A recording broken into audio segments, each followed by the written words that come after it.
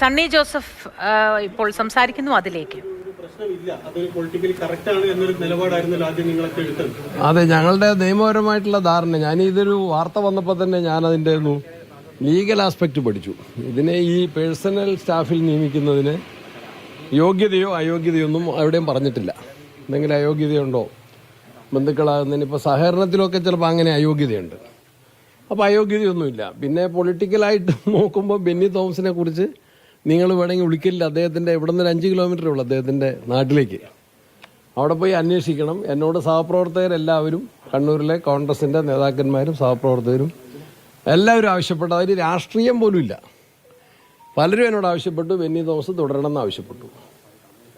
ആ നിലപാടായിരുന്നു ഞാനും സ്വീകരിച്ചത്. KPCC യോഗത്തിലും ഒരു ചെറിയ പരാമർശനം ഉണ്ടായി എന്നുള്ളതൊരു യാഥാർത്ഥ്യമാണ്. ആ വ്യക്തി തന്നെ അത് തിരുത്തി പറഞ്ഞു. വേറെ ആരും തന്നെ ഒന്നും പറഞ്ഞില്ല. എങ്കിൽ പോലും വിവാദം തുടരുന്നത് അദ്ദേഹം പ്രവർത്തിക്കുന്ന ആ പ്രവർത്തനം വിജയിക്കാനും ഗുണം ചെയ്യില്ല.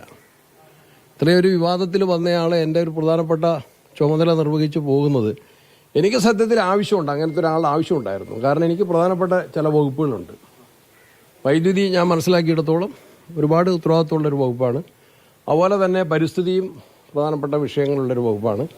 അപ്പോൾ എന്നെ സഹായിക്കാൻ വിശ്വസ്തതയുള്ള കൂറുള്ള സാമാന്യനിക്ക് അറിയാവുന്ന ഇവിടുത്തെ ജനങ്ങളുമായിട്ടും കൂടെ ബന്ധമുള്ള ഒരാളെന്നുള്ള നിലയ്ക്കാണ് അദ്ദേഹത്തെ നിയോഗിച്ചത്.